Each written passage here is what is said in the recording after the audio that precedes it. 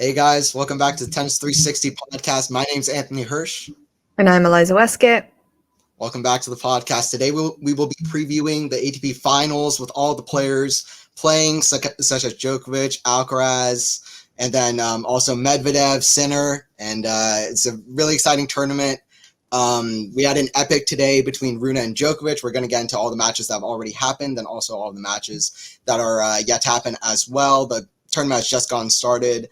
What are your thoughts on Djokovic beating Rune in 3 sets back-to-back weeks? Yeah, I mean, it's been a good start to the ATP tournament so far. At time of recording, so you guys know we're at the end of day 2. So there have been matches in the green group and the red group so far. So you guys know the green group, that's Djokovic, Rune, Tsitsipas, and Sinner. And in terms of that Djokovic-Rune match, as you say, it's the second time they've played in the last 2 weeks. And honestly, a very similar match between the two of them from what we saw about 9-10 days ago. Two tight first sets, Rune coming out on top in that second set to force the decider, and then just sort of looking like fitness and fatigue sets in for him in the third set, making it hard for him to really kind of have a challenge and a push against Djokovic. Having said that, though, Djokovic, as we know, is somebody that's able to really raise his levels as the match time continues and kind of apply the heat early on in those deciding sets to make sure he comes out on top. And he, turned the screw again early on in that third set and just made it hard for Rune to kind of get a foothold and have an answer this time around. And an impressive and very historic win for him that also secured him the year-end world number 1 title as a result. Yeah, at first man to get to 400 weeks at number 1 as well, 8th time year-end number 1. I mean, back in the day, I think Sampras is still the only player to get 6 consecutive year-end number 1s, but Djokovic got the record for the most, now sitting at 8. Like you said, it was a very similar match. I thought their Paris match was very similar to the one last year, and then I felt like these were 2 weeks in a row we're seeing the same thing. Djokovic playing a uniquely pretty bad tiebreaker. Djokovic played a pretty bad tiebreaker, 7-1 in the second set tiebreaker. And then in the third set, Djokovic just regrouped kind of right away and kind of figured it out. And Rune was suffering a little bit physically as well. He had a medical timeout. The start of the third set, that's still something that Holger needs to figure it out. In the tight and epic matches for that not to be a bit of a factor. But a good win for Novak. He's in a 19-match win streak that ties up the longest win streak that we've had on the season. Medvedev back in. What's more impressive, the win streak that Medvedev had in like Indian Wells, Rotterdam, all of those, well, aside from Indian Wells, mostly Rotterdam, Doha, kind of the 250s and the 500s, or this one where it's like all big events. The difference is Medvedev played back-to-back weeks, but Djokovic, it's like Cincinnati, U.S. Open, all the big hitters. What do you think is like more impressive? Yeah, I mean, it's tricky because, as you say, it's not like it's back-to-back weeks, but when we look at what tournaments it was and who he played along the way and the titles he's picked up, it's hard to vote against Djokovic. I mean, going through Cincinnati, playing Alcaraz in the way that he did, then winning the U.S. Open in the way that he did, then winning Paris in what was a challenging week for him.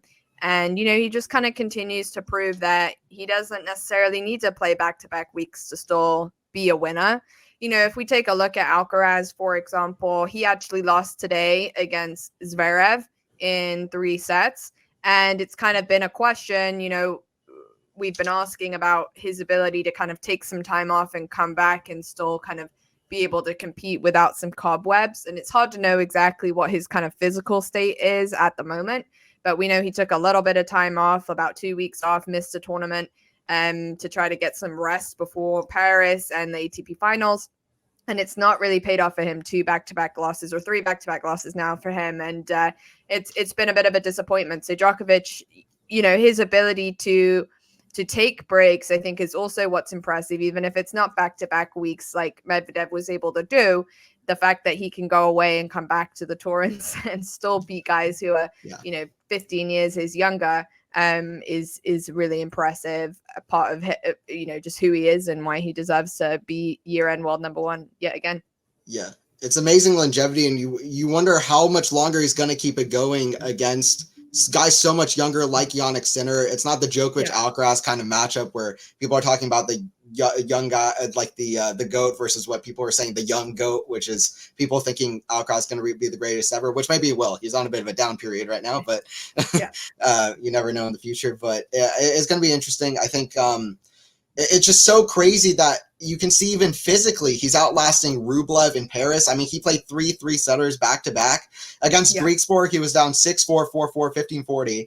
The crowd was like pretty much cheering against him, and he just turned it on his head. Mentally, physically, he's improved. His forehand looks as good as it ever has been. He was talking about what's his best season today. Is it 2023 or 2011? Well, guess what? He would take the forehand in 2023 more because he's perfecting every single part of his game as he goes.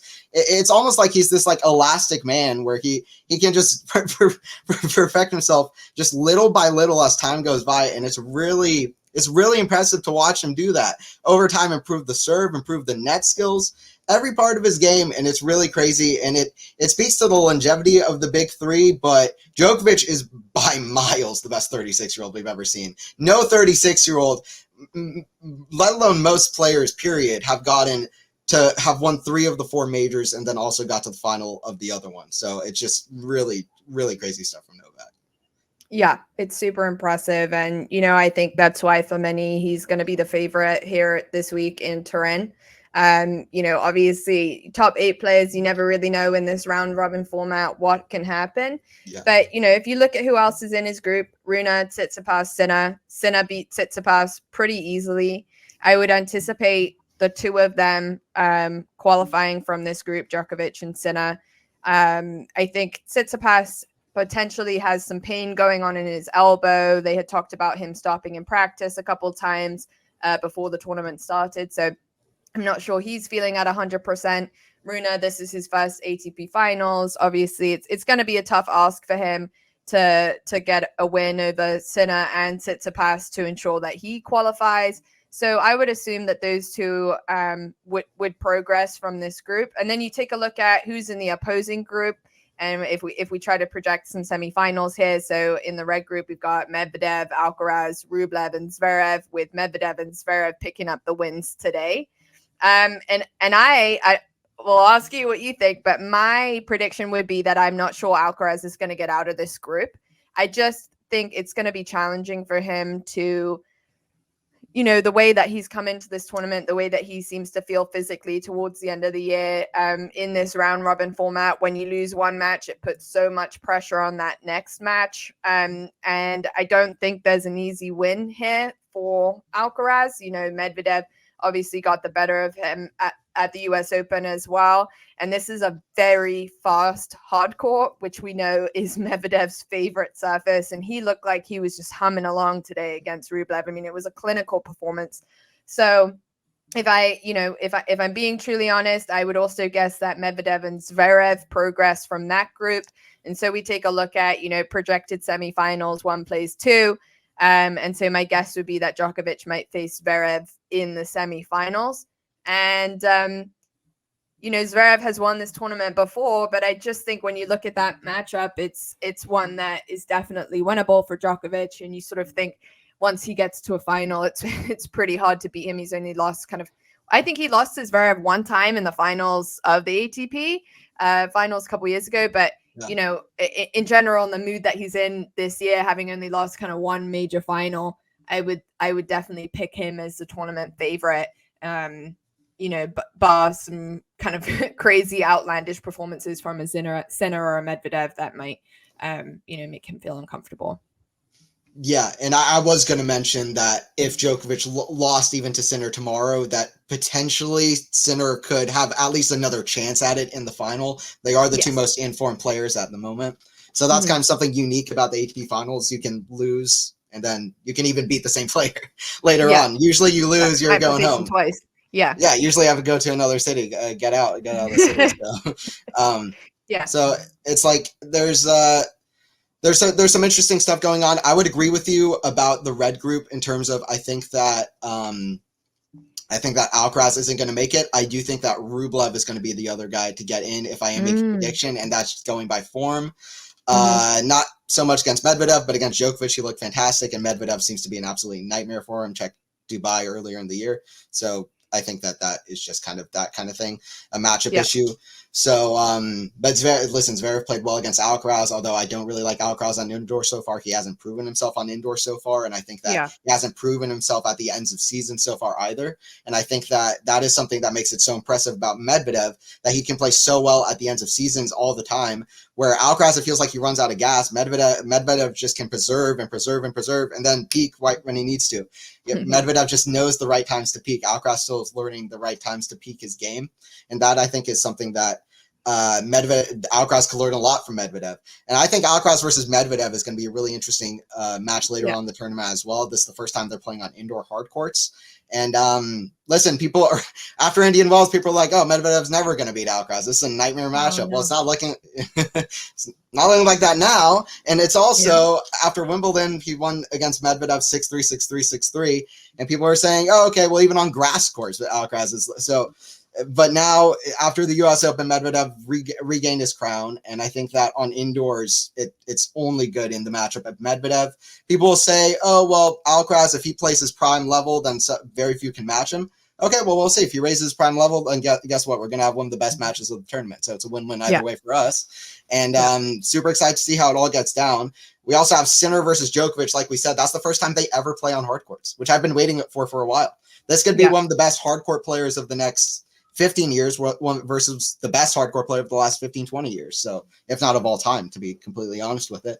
And it's going to be interesting. And there's also one more that I thought was particularly interesting, which is Rublev Alcaraz. They've never played, not once. They've never played before. Wow. Yeah, which is crazy in any tournament. And they're both massive forehands, two of the best forehands on tour. And there's 0-0. Nobody has the upper hand. This will be the first time they play ATP Finals, and it's a good venue. If it's just a one-on-one showdown, that's all that it is. I mean, I guess it's not that much of a neutralizer, at least for Alcaraz, apparently, because he seems to not be able to pick it up on indoors. But we'll see. It should be a good match, and I think there's a lot of good matches at this event. Djokovic and Sinner are, in my opinion, clearly the two most informed players in the world at the moment. Jannik even passed Medvedev in best win percentage on the season going into this tournament. So there's very little to say that Jannik is not ahead of Daniil. And I think if you're not saying Jannik is ahead of Carlos in this moment, you're living after Wimbledon and not in the present moment. Yeah. Look, I mean, I think, as you say, Alcaraz has yet to kind of prove himself on the indoor hardcourt swing. And he also said in his post-match press conference today that this court was playing particularly fast, especially in comparison to the other indoor courts they've been playing in over the last couple of weeks. And I do think that creates favorable conditions for a Sinner, for a Zverev, for a Rublev as well. It just takes so much time away from Alcaraz, who, we think of as an offensive player, but it's really his ability to turn defense into offense that makes him so dangerous. And with that kind of, quickness of the court, it just challenges that part of his game a little bit more, and kind of, if the gas in the tank is already a little low, or the body's already feeling a little sore, trying to deal with those types of court conditions and that type of speed can be a challenge that might be difficult for him to overcome. But I'm definitely very curious to see the matchup between Rublev and Alcaraz. And surprised that they haven't played yet in a tournament. That's kind of strange, but interesting game styles there. I mean, I think, as you say, the Medvedev Rublev matchup just seems to be a tough one for Rublev. And he's obviously had a good kind of end to the season. He's had some good momentum. I would kind of find that one a little bit tough to call, but I guess my question to you would be, why are you taking Rublev over Zverev on an indoor hard court? Because I would say both of them are very good on indoor hard courts. It's kind of hard to pick between them, but I would pick Zverev because he's been here before. He's won this tournament before. He seems to kind of do well in this round robin format. Sometimes with Rublev, it's like maybe he's having a little bit of a change this year. He's kind of gotten over that Masters hurdle, and he's won a couple bigger titles. But in general, with him in the past, it's been a question of like, can you get it done under the most difficult circumstances, under the pressure? And I mean, he was in tears today. Not unusual for his on-court attitude, but even so, it seems like, I wonder if the challenge of playing these types of high level players for a week long just might be kind of one step too far for him at this stage. Yeah, that's fair. That's interesting. I mean, I think there are two big things that I would label. One would be form. Is I think that the form element is a big thing. I think Zverev lost to Safulin in Shanghai pretty badly in the first round. He's been losing more early, so I think that's a thing. He did beat Alcaraz today, but I really didn't like how Alcaraz was playing. I didn't love how Zverev was playing either, to be honest, for parts of that match, but Zverev did get the win in the end. And then the other thing would be head-to-head matchups. Rublev and Medvedev have both held Zverev's number a little bit this year. Zverev lost to Medvedev, I believe, 4 times this year. I mean, they've been tight matches, but when you lose to a guy over and over, first of all, it's going to pull out your confidence. Then the other thing is it's just showing to not be a very good matchup. And I think Rublev is 3-0 against Zverev this year. And also just Rublev is in such good form that if he plays Zverev, I do like him there. So I think it's a bit of a confidence thing. So that would be kind of my answer to that. That would be why I pick Andre over him. And Rublev versus Alcaraz is super interesting. Well, first of all, Rublev versus Medvedev, I feel like it's pretty obvious. Rublev hits big, and Medvedev is a wall behind the court and defends. And Rublev, although he has been adding variety, especially this year, to his game, it's very hard for him to find ways to hit through Medvedev, who's just unbelievable back there and can hit corners in the same way that Rublev can, but Rublev will probably just get a little bit more frustrated easily, and that getting a little bit too frustrated 1 or 2 shots early is already enough for the matchup to turn lopsided. Yeah. And then Rublev taking on Alcaraz. Listen, it's very similar games, but I don't want to make it sound like I'm making a few tools comment about Rublev, because I really don't believe it in that way. But I do think that Alcaraz has every single tool imaginable, and I think that Rublev is. Although he does have variety, he still needs to add more variety into his game. So I think that's kind of what I think about. That's kind of what I think about their matchup. But they're 2 big forehands, and we'll see on the fast indoors. I think just to finish up kind of the point. I think you're making an interesting point about Alcaraz on indoors. When he's playing against guys that hit big, like a Rublev, who can push him back on a faster court, I think even though he hits big, has an aggressive game where he really likes to dictate, I think it actually doesn't do well for Alcaraz. I think it's a big misconception on the tour is that the players who are more aggressive, they can actually prefer a slower court. They actually like time to be able to set up their shots and be able to set up the pace and speed off their shots. It's like, do you know what I mean? And then like people who like to grind more and hit a bit slower, like they can sometimes like a faster court, because guess what? If you're just moonballing and like trying to defend and hitting short in the court, that doesn't work well if it's not a fast court and you're not coming with pace and good depth, like an Alex de Minaur, like a Medvedev who likes the faster courts. Guess what? Medvedev is a very defensive player. Alcaraz doesn't like the faster courts. He's a very offensive player. So you kind of have to think in opposites sometimes, because that is what is kind of the missing piece to your game. Yeah, you can hit big, but you need the time to be able to set up the shots to hit big. You can defend behind the court, but you kind of need that time to you need to be able to make sure that your shots are effective at hitting through the court as well. So that's kind of what I think about Alcaraz and say guys like Rublev on the other side of it on these indoor courts. So that's something to keep in mind. And I think Alcaraz with his game does struggle on the faster courts. That's something he needs to figure out, because he struggled last year, even though he had a great season. He's had an amazing season this year, but again, at the end of the season, especially on indoor courts, he's struggling yet again. Yeah, I think that's well said. And, the other kind of element to toss in there is also his serve. I think of his game, the serve is the part that he probably doesn't get as many free points off of it as he would like to. And on a fast court like this, if we're picking our best servers, our top 3 servers, Alcaraz wouldn't be in the mix. We'd be talking about Medvedev, Djokovic, Zverev, even maybe not so much in this present moment, but Tsitsipas being somebody who's a good spot server. And I actually think Rublev's serve is penetrates more on a surface like this than Alcaraz's serve does. And I think, as you say, like when you're the type of player that relies on being able to kind of construct a point from defense into offense, and you need time to kind of be able to make that happen, when you have somebody like a Medvedev who's really good at redirecting, changing, kind of the trajectory of the ball, and just using his kind of strong movement as his defense, I think it's really difficult for somebody like an Alcaraz to get on top of points early on unless he's like really looking for the +1. And I think that's where his serve just doesn't always set him up to be able to do that point in, point out, hold after hold. So I think that's where the kind of interesting challenge presents itself. And maybe that's where Rublev, who might be a little bit better of a spot server, could be more dangerous against Alcaraz and kind of have a slightly easier time holding a serve. But, as you say, Alcaraz has every tool in the toolbox. And if he's playing his best tennis, you would surely back him to have a win. But I don't think that he's in his best tennis moment right now.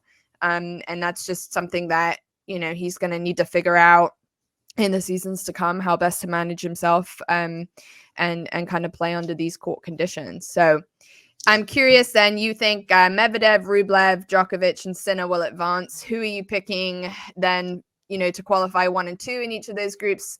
Who's winning those semis and who's winning the tournament? Well, I'd be a fool to not pick Djokovic for 1. I need to figure out the other ones. Let me think though. So I'm gonna say Djokovic for 1, Sinner for 2, and then I'll go Medvedev for 1 and Rublev for 2, and then that would be Djokovic versus Rublev and Medvedev versus Sinner. Sinner's been playing really well against Medvedev. I think he goes 3 times in a row. He's won like 15 of his last 16 matches. Yannick, if not more than that.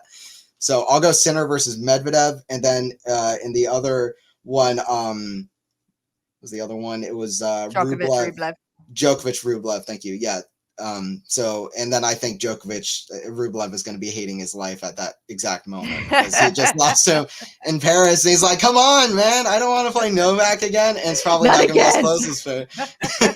Lost to him in the quarterfinals of Australian Open and Wimby. And it's just impossible. So, and then so I think we're both saying a Sinner Djokovic final then. Yeah, Sinner Djokovic final. And listen, Sinner's going to have a chance to play Djokovic twice. I'm not going to discount Sinner, but I'm also not going to make myself look like a fool. So I'm going to pick Novak for the win the final. Mm-hmm. That is what I really do believe if I had to make my best bet. So I would say Novak takes out Yannick. But I'm not going to be the guy who says it's impossible that Yannick gets the win. Yannick's been playing really well. Every win streak comes to an end. And we'll see how it goes. But yeah, I choose Novak over Yannick. Yeah, I'm curious to kind of know, because I think sometimes playing somebody twice in 1 week can be an advantage and sometimes a disadvantage. And I think that group stage match, the Djokovic-Sinner group stage match, is going to be really interesting depending on, how close it is. And if they do end up meeting again in the final, sometimes I kind of wonder, for example, if Sinner were to beat Djokovic in the group stage match, that would make me nervous for him getting 2 in a row against Djokovic in 1 week. I think that's where Djokovic is so strong at being able to figure somebody out. But at the same time, there's so much incentive to, win that group stage match, because that'll likely be the match that determines who goes through in the number 1 spot and the number 2 spot. So the difference between, facing a Medvedev or facing a Rublev / Zverev, or, maybe Alcaraz if he turns the tables. So it's like, sometimes I don't know, like, do you want to try to, depending on when they play in the group stage, like, do you want to try and kind of give everything you have in the group and, make sure you win every single match possible? What does it look like if one wins the group stage match and they both reach the final? Like, how does that affect predictions? And I think in a way, like, to me, it's much more realistic that Djokovic would win twice in 1 week and, win both of those matches. I think I would be quite surprised if it went 1-1. And I would be even more surprised if Sinner beat him twice in 1 week. But what do you think?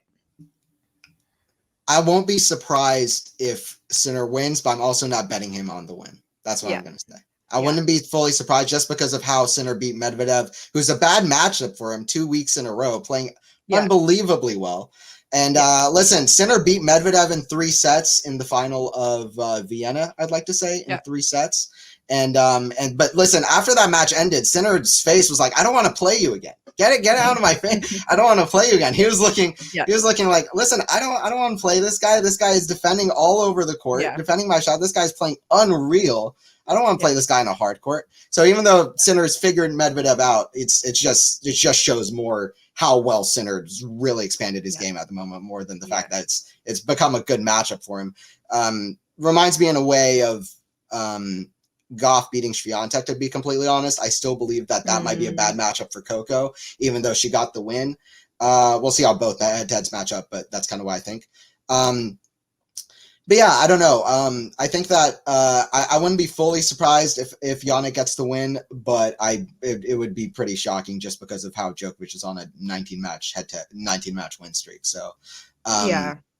So I think the Medvedev Sinner match is gonna, if they do end up playing in the semifinals, it will be very interesting, because I think the other thing about Medvedev is that he is an extremely intelligent player, and he's gonna have taken those last 2 losses against Sinner pretty personally, I think, knowing kind of who he is. And he was very close in Vienna. I mean, he had opportunities to really get stuck back in and kind of turn it around. And I think that match could, be the blockbuster one if we do end up getting it in that semifinal kind of format. But, it's the one little edge that I think one can point to Sinner this week is the crowd is majorly backing him. He's obviously homegrown Italian player, and the Italian fans are, definitely coming out in their droves to see him, support him, bring the noise, and that can, create atmospheres that help players thrive, or, create distracting environments for others. We saw last week with Medvedev kind of losing his marbles a little bit in Paris because the crowd was winding him up. So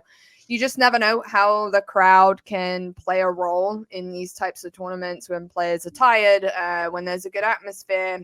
Having that little bit of extra push and energy from the crowd can make a big difference. So, I mean, I think all in all, this is an extremely exciting end to the year. We do have our best 8 players at the end of the day who are competing, and it is going to come down to the finest of margins. And, probably the easiest bet is Djokovic, but at the same time, anybody here is capable of beating anyone, and it's best of 3, so there's not much time to turn it around if you are losing the first set. And I mean, I think I'm just looking forward to these next couple of matches and how this all shakes out.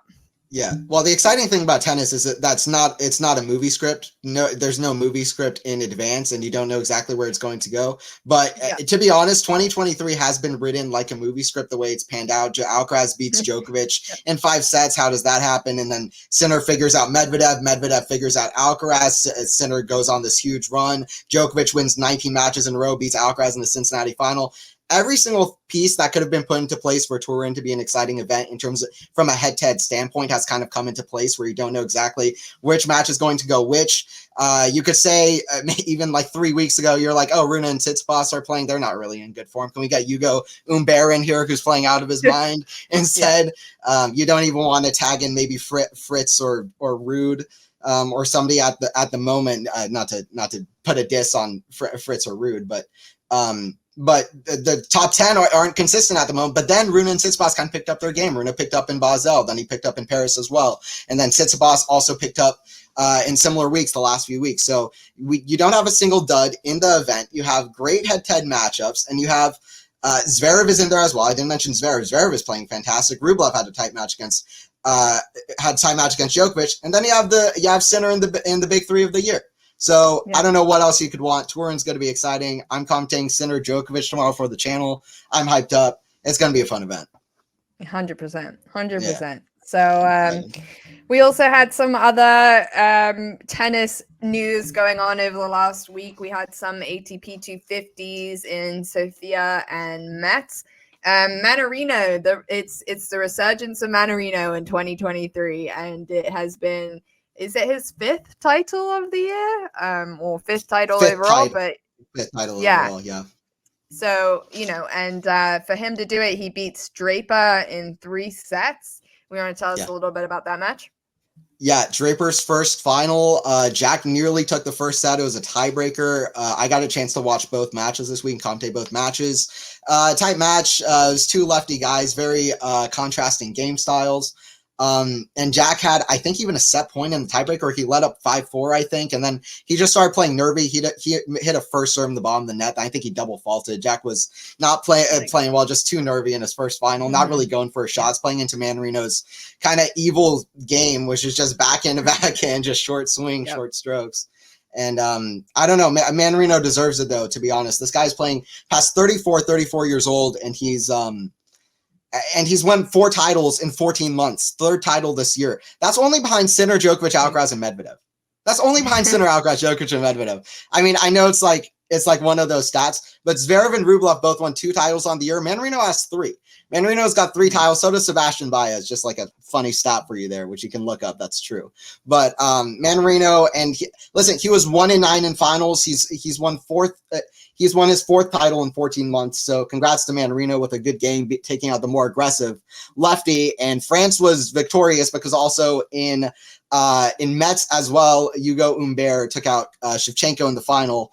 Like Draper, it was Shevchenko's first final. Hugo Humbert, another French lefty guy, by the way, who's been playing absolutely unbelievable. His forehand, I was laughing sometimes watching because it's just a joke the way he was hitting that shot. And I was like, I mean, this guy's unreal. If he keeps playing like this, then he's gonna get big next year. Maybe even top 10 is potential. As a guy I was excited about a few years ago because he was a young guy. He had everything working right, complete game. He had everything working right except for the win rate, except for the win percentage. But that's finally gotten better. He's found ways to win matches and get through the mental side. And then also Billie Jean King Cup. If you want to finish off with the BGKC. Yeah. So Canada wins for the first time in the tournament's 60-year history.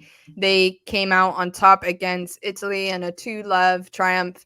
Really, the week for Canada was topped off, or their MVP was most certainly Leylah Fernandez, who has also been having a really good end to her season. Picked up a 250 title, got to another final or semifinal, and here she was beating the Wimbledon champion Vondrousova. She beat her. She had a 5-0 record for the week for her team. And I mean, she's again like the type of player that I think responds really well to a kind of energetic crowd, loves the team environment, team atmosphere, playing for her country. I think sometimes with players under these kind of circumstances, it's almost like they're able to take pressure off as an individual and become part of a team or a unit, which can sometimes help players kind of relax and play at a slightly higher level. And I think she is that kind of type of person that thrives off of confidence, that thrives off of like that type of positive atmosphere. I mean, we see it when she's, kind of playing doubles too, that the momentum of kind of her team around her really seems to energize her, and she responds to that really well. So I think it was great to kind of see her have a fantastic week and, kind of come back this season and have a much better year and finish the year on a positive note. Hopefully she'll kind of continue that upward trajectory in 2024. But I mean, it was an interesting week with Billie Jean King Cup. Obviously, it came after the WTA Finals. We had Rybakina, who was competing, and also Vondrousova, who were both competing in Cancun. But that was a tough journey for both of them to make it from Cancun to Seville. No direct flights, big time change, kind of quick turnaround. I think Rybakina was also admittedly carrying kind of a back injury, so she wasn't playing that great. So the tournament was missing some of its, bigger stars, better players, poor scheduling again from the WTA's part. But I think, that opened the door for folks like a Fernandez to kind of come in and have a good tournament and kind of make the most of that opportunity. And, hopefully in the coming years, we'll continue to see, big players be able to compete in this event and, give it their best shot. But it's kind of a nice story for Canada winning their first ever Davis Cup last year, and now the women bringing home the Billie Jean King Cup. So well deserved for them.